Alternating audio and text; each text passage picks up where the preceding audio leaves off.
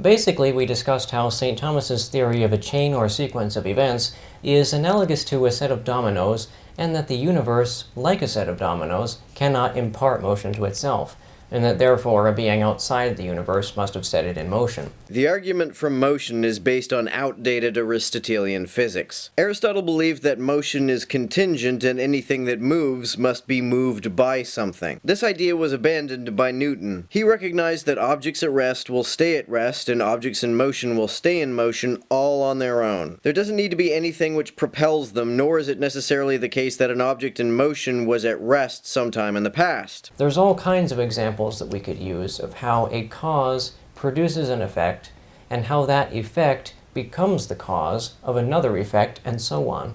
So just like the proof of motion, we have a chain start to develop stretching back into the past. And since we know that the universe definitely had a beginning, the question now becomes, what was the cause of the universe itself?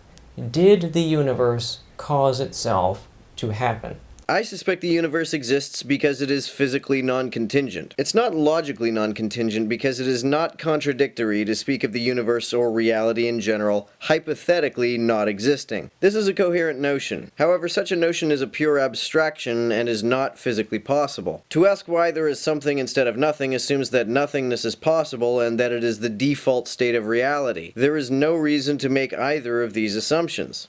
Scientists would like us to believe that it did, but we know this cannot be true. We know this because of what we learned when we talked about motion. If something in the universe is in motion, then it must have received that motion from something else that was already moving. Nope, that's Aristotelian physics, which we know to be false. In other words, the universe at the very beginning could not have imparted motion to itself any more than a set of dominoes could knock itself over.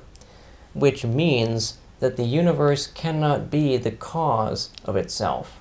The first efficient cause must exist outside of the universe. I suppose it's possible for the cause of the universe to exist in some other universe, but that would be a physical cause, not a god. Typically, apologists define God as not only being outside the universe, but outside of any universe. This is where the idea of God goes off the rails into incoherence. I don't understand what it means to say that something exists if it does not have some kind of extension or location in space-time, or some other kind of dimension.